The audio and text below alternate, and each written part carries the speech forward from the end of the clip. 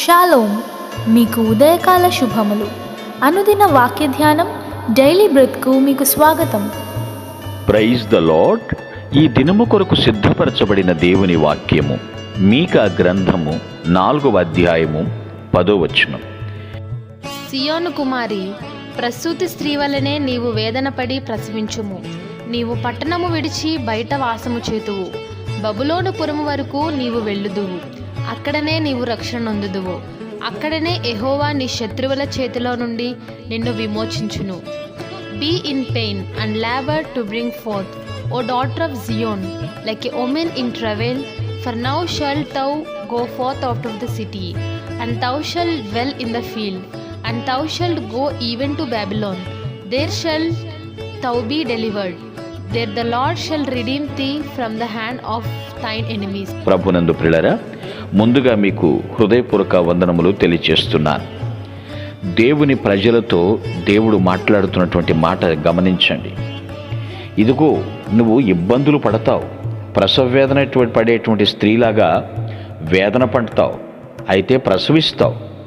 అయితే ఇక్కడ కాదు, నీవు పట్టణం వదిలి బయట ఎక్కడో పట్టణం ఊరి బయట నివాసం చేస్తావు. ఎందుకు ఈ మాటలు? అసలు అప్పుడు జరగలేదు ఈ మన్ని. ఇది మీకా ప్రవచించాడు, కానీ నెరవేరటానికి ఇంకా 100 సంవత్సరాల సమయం ఉంది. కానీ దేవుడు తన ప్రవక్తల చేత భవిష్యత్తు వాక్కులు పలికిస్తూనే ఉన్నాడు. ఆయన అద్భుతమైనటువంటి భవిష్యత్తు వాక్కులు పలికించాడు. చాలామంది ఏమనుకుంటారంటే, ఆ కాలంలో చాలా బలమైనటువంటి శక్తివంతమైనటువంటి సైన్యాధిపతులు, నాయకులు ఉన్నటువంటి పట్టణం బబులోను అనుకుంటారు. కానీ బబులోను కాదండి. అప్పట్లో శక్తివంతమైనటువంటి సామ్రాజ్యం ఏదన్నా ఉందంటే అది అష్షూర్. కానీ ఎంతమంది బలవంతులు, సేనాధిపతులు, సైనికులు ఉన్నప్పటికీ కూడా దేవుడు తన ప్రజల పక్షంన వ్యాజ్యమాడతాడు. ఇది గుర్తుంచుకో. నీ శత్రువులు ఎంతమంది దండెత్తి వచ్చినా అపాయము నీకు రాకుండా చేస్తానని అభయం ఇస్తున్నాడు ఆదిదేవుడు. మనము ధైర్యపరచబడాలి. నీవు అక్కడనే రక్షింపబడతావు. బబులోను పురం వరకు నువ్వు వెళతావు. బబులోను అంటే ఏమిటి? బానిసత్వానికి సాదృశ్యంగా ఉంది కదా. ఎప్పుడైతే నీకు గుణపాఠం నొరుగుతుందో, నువ్వు పాఠం నేర్చుకుంటావో, అప్పుడు కానీ నువ్వు చేసిన పాపము, నువ్వు ఉన్న పాపపు స్థితి ఎంత ఘోరమైందో తెలుసుకోలేవు. సో రక్షింపబడాలి అంటే దానికి ఒక సమయం ఉంది అంటున్నాడు. అయితే అది ఎప్పుడో తెలుసా? ఇదే మిక్కిలి అనుకూలమైన సమయం, నేడే రక్షణ దినం అని కూడా అంటున్నాడు. అక్కడనే యెహోవా నీ శత్రువుల చేతుల నుండి నిన్ను విమోచిస్తాడు అంటున్నాడు. వాస్తవంగా ఇది ఇంకొక 70 సంవత్సరాల దూరాన ఉన్నప్పుడే ప్రవక్త ద్వారా దేవుడు పలికిస్తున్నాడు.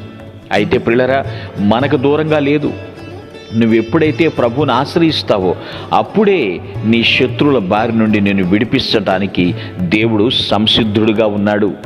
ఆయనకు అసాధ్యమైనది ఏదీ లేదు. నీవు వేదన పడుతున్నావా? ఇబ్బందులు పాలై ఉన్నావా? నువ్వు ఉన్న ఊరు ఖాళీ చేసి వెళ్ళిపోయావా? నేను ఉండరాని స్థలంలో ఉంటున్నానని బాధపడుతున్నావా?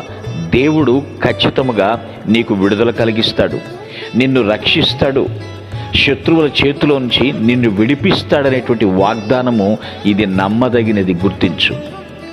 దేవునికి అసాధ్యమైనది లేదని, ఏదీ లేదని మరొకసారి నేను ఘంటాపదంగా మీకు బోధిస్తూ ఉన్నాను.